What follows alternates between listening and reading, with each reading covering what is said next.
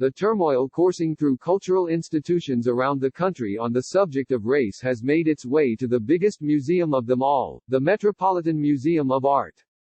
A top curator's Instagram post that seemed critical of protests over monuments and the Black Lives Matters movement, shared on Juneteenth, has ignited objections by staff members, and a larger internal critique.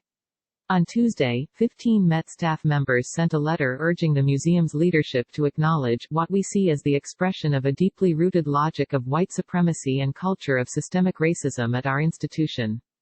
The incident is only the latest example of how arts institutions are grappling with issues of equity and diversity amid protests over the killing of George Floyd and an intensified Black Lives Matter movement. On Sunday, the American Museum of Natural History in New York announced that its equestrian statue of Theodore Roosevelt would be removed, having come to symbolize a painful legacy of colonial expansion and racial discrimination.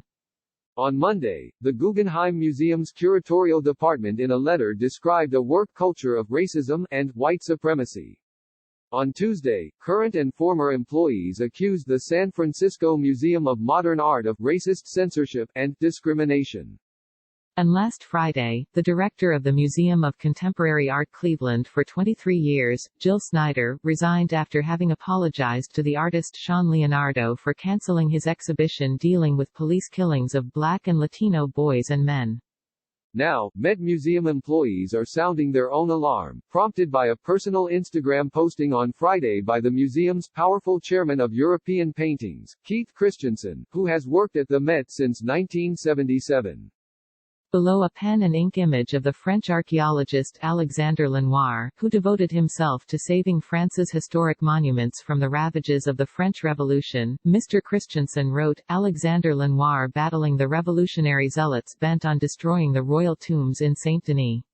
How many great works of art have been lost to the desire to rid ourselves of a past of which we don't approve.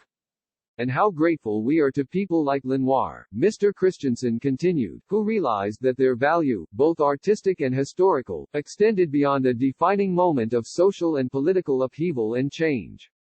While Mr. Christensen appeared to be arguing for the preservation of monuments, he also struck some as insensitive and tone-deaf. The post was criticized in a tweet by the advocacy group of arts workers, Art Plus Museum Transparency. Dear at Met Museum, one of your most powerful curators suggested that it's a shame we're trying to rid ourselves of a past of which we don't approve by removing monuments, and, worse, making a dog whistle of an equation of #BLM activists with revolutionary zealots. This is not okay. Responses to the tweet were similarly critical. This is disgusting, one comment said, not acceptable. Mr. Christensen subsequently took down the post and removed his Instagram account. Asked to respond to the uproar over the post on Wednesday, Max Hollein, the Met's director, said in a statement to The Times, there is no doubt that the Met and its development is also connected with a logic of what is defined as white supremacy. Our ongoing efforts to not only diversify our collection but also our programs, narratives, contexts and staff will be further accelerated and will benefit in urgency and impact from this time. A day earlier, he had apologized directly to the European Paintings Department in an email, calling the Instagram post not only not appropriate and misguided in its judgment but simply wrong. Keith is a very valued member of our community, and while this post was on Keith's personal Instagram account, it is certainly also part of our institutional conversation and we need to reflect on that, Mr. Hollein added. It was Mr. Hollein's second apology this month. He also conveyed one to the artist Glenn Ligon, about the Met's use of one of his works in a social media post, at the start of the protests over George Floyd's killing. Mr. Ligon said on Instagram, I know it's #National Reach Out to Black Folks Week, but could y'all just stop? Or ask me first? On June 12, Mr. Hollein and Daniel H. Weiss, the museum's president and chief executive, sent an email to the staff that discussed how we are moving the museum forward in our work to address issues of diversity and racism within our institution. The measures included convening a series of discussions on racial justice, aiming to better diversify the staff, hiring a chief diversity officer, instituting mandatory anti-racism training, and declaring June 24 as a Museum Day of Reflection. Their email also added, we will continue to explore themes of representation and diversity through our programming. On Tuesday, Mr. Christensen issued his own apology in an email to the entire staff. I will make no excuses except to say that I had in mind one thing and lacked the awareness to self-reflect on how my post could go in a very different direction, on a very important day, and would cause further hurt to those experiencing so much pain right now, he wrote. I want to be clear on my view that monuments of those who promoted racist ideologies and systems should never be glorified or in a location where they can cause further harm. In an interview Wednesday, Mr. Christensen further elaborated that as a scholar he had intended to address the losses that occur to a fuller understanding of a complicated and sometimes ugly past, when major works of art are destroyed by war, iconoclasm, revolution and intolerance. He added, I very stupidly pulled out of my image bank the figure of Alexander Lenoir intervening in Saint-Denis to save the royal tombs in 1791. But the Instagram post had touched a nerve. A group of staff members at the Met followed up with a letter to Mr. Holleen and Mr. Weiss.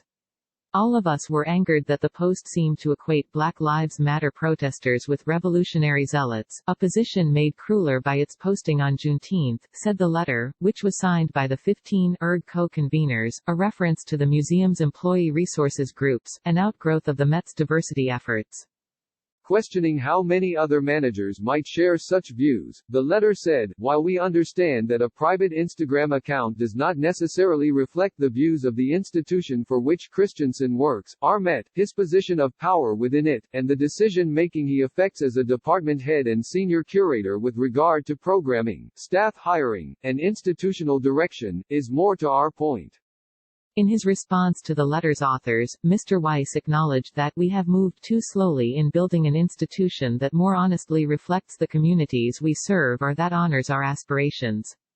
Citing the additional complications of the toxic and polarizing language of our national political leadership, and the Met's large staff of more than 2,000, Mr. Weiss added, sometimes, mistakes will be made, including by us. Mr. Holleen and Mr. Weiss are meeting with the Employee Resources Group on June 30. Whether such efforts by the Met, which just announced that it would reopen on August 29, will succeed in calming the waters remains to be seen. The path forward will be challenging, Mr. Weiss said in his statement, but for the first time in many years there is a collective will to build a better community, one that works for all.